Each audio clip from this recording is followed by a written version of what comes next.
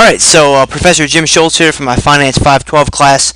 I finally had a chance to take a look at the Apple earnings call, and so I wanted to go ahead and, as promised, put together this video that just kind of shares with you guys how I go through earnings calls and kind of dissect what I think is important and give you guys something to think about as you head into your next couple of assignments, which probably won't be until April.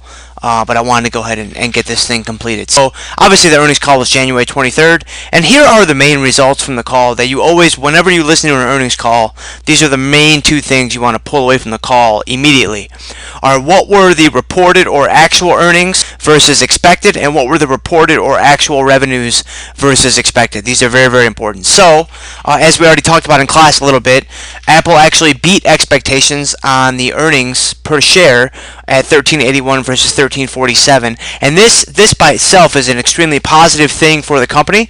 And normally in a vacuum, if this were to happen, the company would usually have very, very positive stock market reaction. Now obviously Apple had a very different reaction from positive, and so we're going to talk about that in a minute.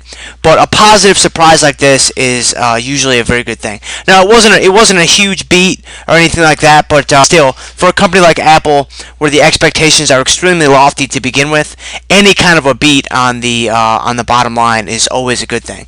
But here is where things kind of started to finally unravel for Apple. Revenues, as we've talked about in class, right? Earnings are easy to manipulate. Earnings, you can do some things to make these numbers, maybe be a little bit misleading. Revenues, you can't fake revenues, right? You can't mess with the revenue or sales numbers. They simply are what they are, right? And you can't really change them. And so Apple only reported, Apple only reported 54.5 billion. Whereas analysts were expecting 54.7. So this is where the negativity starts to creep in terms of the reaction to this call, because you cannot fake revenues, and so this by itself is definitely not a good thing for Apple. Now, as I took a look at the call some more, here are some of the interesting stats that I pulled away. Now, there are many others besides these, but here are essentially the three top reasons why I feel like Apple got absolutely crushed in the stock market the following day and then for several days after that. iPhones.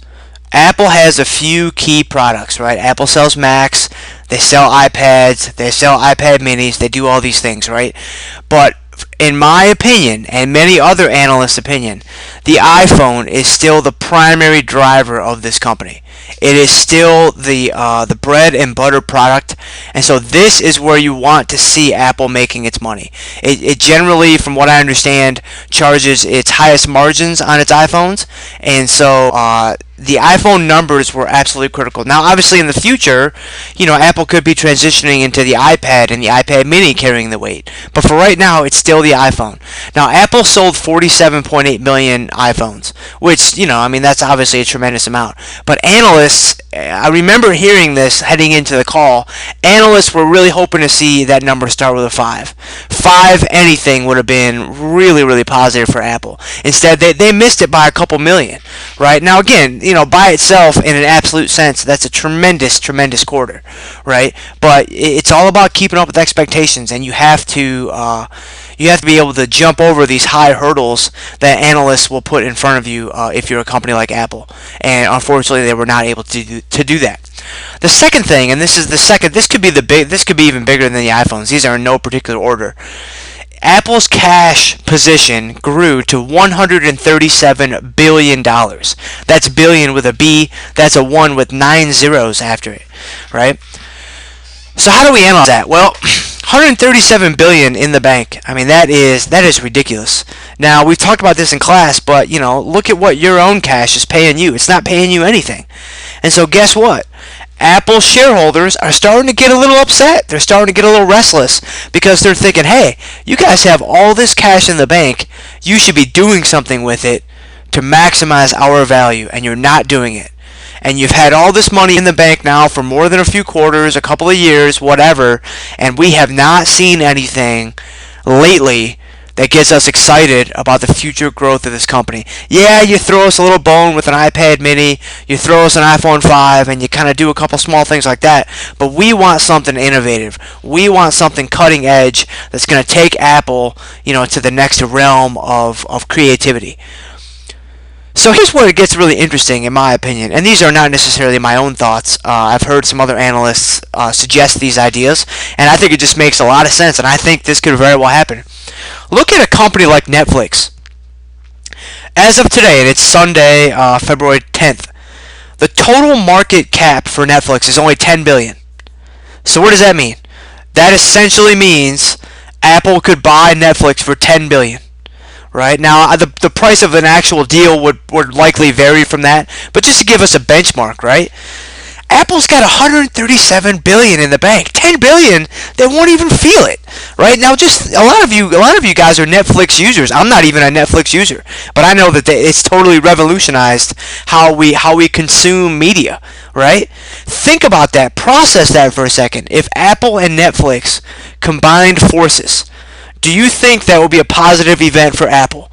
I think unequivocally yes. That would be amazing, right? In terms of Apple's desires to get into the TV market and do all these other things, right? Unbelievable. I can absolutely see this happening sometime soon. And I'll tell you what, if it does happen, Apple's going to shoot higher really fast. What about a company like Disney? Now think about Disney for a minute, right? Disney is enormous, right? I mean, it's $99 billion.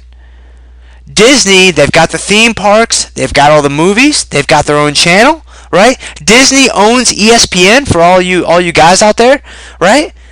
Apple could buy Disney for $99 billion and still have $38 billion left over for a rainy day. I mean, it's crazy when you think about how much cash they have, right? And then finally, the last one on there is Verizon. Think about the monopolistic powers Apple would possess if it went out and purchased Verizon for $127 billion.